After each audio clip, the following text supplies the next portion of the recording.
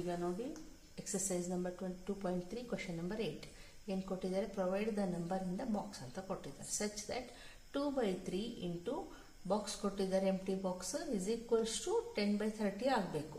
10/30 ಆಗಬೇಕಂದ್ರೆ ಏನು ಮಾಡಬೇಕು, ನಾವು ಏನು ಮಲ್ಟಿಪ್ಲೈ ಮಾಡಿದರೆ ನಮ್ಗೆ 10 ಬರುತ್ತೆ.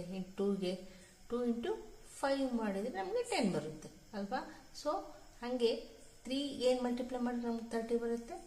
10 ಮಾಡಿದರೆ 3 ಇಂಟು 10 ಮಾಡಿದರೆ ನಮ್ಗೆ 30 ಬರುತ್ತೆ ಅಲ್ವಾ. So 5/10 is the answer.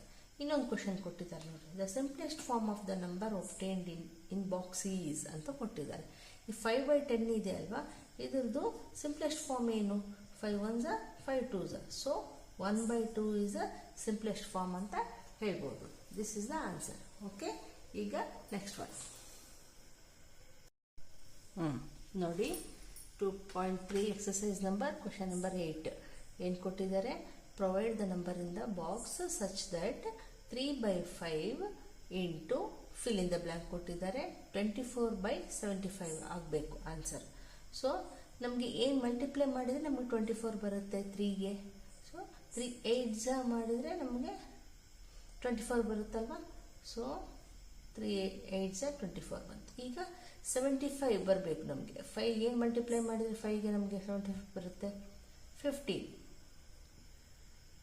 5s 75. So 8/15 is the answer. ಈಗ ಇನ್ನೊಂದು ಕ್ವಶನ್ ಕೇಳಿದ್ದಾರೆ ಅದರಲ್ಲಿ, the simplest form of the number obtained in box is ಅಂತ ಕೇಳಿದ್ದಾರೆ.